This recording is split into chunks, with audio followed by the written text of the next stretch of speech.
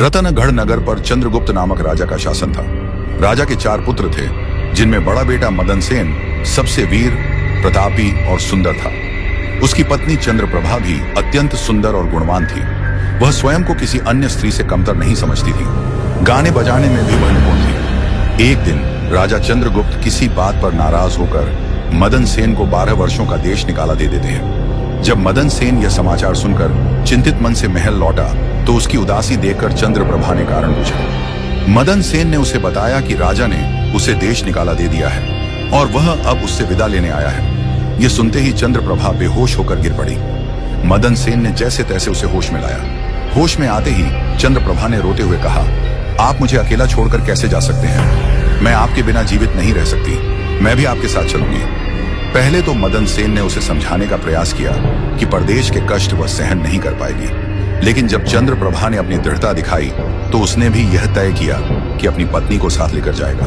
अगले दिन दोनों ने महल त्याग दिया और एक जंगल में जा पहुंचे। लंबी यात्रा के बाद थक कर वे एक बड़े बरगद के पेड़ के नीचे विश्राम करने लगे। ठंडी हवा के झोंकों से उन्हें नींद आ गई, लेकिन तभी एक विषैले सांप ने चंद्रप्रभा को डस लिया। उसकी तड़प देखकर मदन सेन घबरा गया, लेकिन विष के प्रभाव से चंद्रप्रभा की मृत्यु हो गई।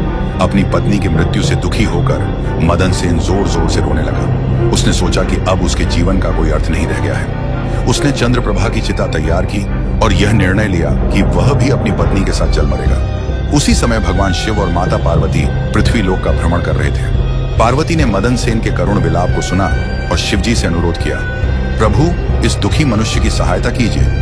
इसका दर्द मुझसे सहा नहीं जा रहा। शिवजी ने पहले संकोच किया, लेकिन पार्वती के आग्रह पर दोनों मदन सेन के पास पहुंचे। शिवजी ने उससे पूछा, हे युवक, तुम इतना क्यों रो रहे हो? मदन सेन ने रोते हुए अपना दुख बताया। उसने कहा, मेरे पिता ने मुझे देश निकाला दिया और अब मेरी पत्नी सांप के डसने से मर गई। मैं उसके बिना जीवन नहीं जी सकता, इसलिए अपनी पत्नी के साथ चिता में चलकर मरने का निर्णय लिया है। शिवजी ने उसे समझाते हुए कहा, राजकुमार, यह संसार नश्वर है। जन्म और मृत्यु का चक्र सदा चलता रहता है। हर व्यक्ति को एक दिन इस संसार को छोड़कर जाना ही होता है। यदि तुम जीवित रहोगे तो तुम्हें आगे जीवन में अनेक सुख मिलेंगे। इस तरह अपने जीवन का अंत करने का विचार त्याग दो। मदन सेन को शिवजी की बातें समझ में आ गईं, लेकिन वह बोला, हे महादेव, आपने सत्य कहा, लेकिन ऐसी पतिव्रता पत्नी को खोने का दुख मैं सहन नहीं कर सकता। यह सुनकर माता पार्वती ने शिवजी से प्रार्थना की कि वह चंद्रप्रभा को पुनर्जीवित कर दे।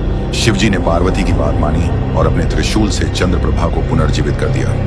अपनी पत्नी को फिर से जीवित देखकर मदन सेन की खुशी का ठिकाना नहीं रहा। उसने भगवान शिव और माता पार्वती का आभार व्यक्त किया और अपनी पत्नी के साथ नए जीवन की शुरुआत करने का संकल्प लिया।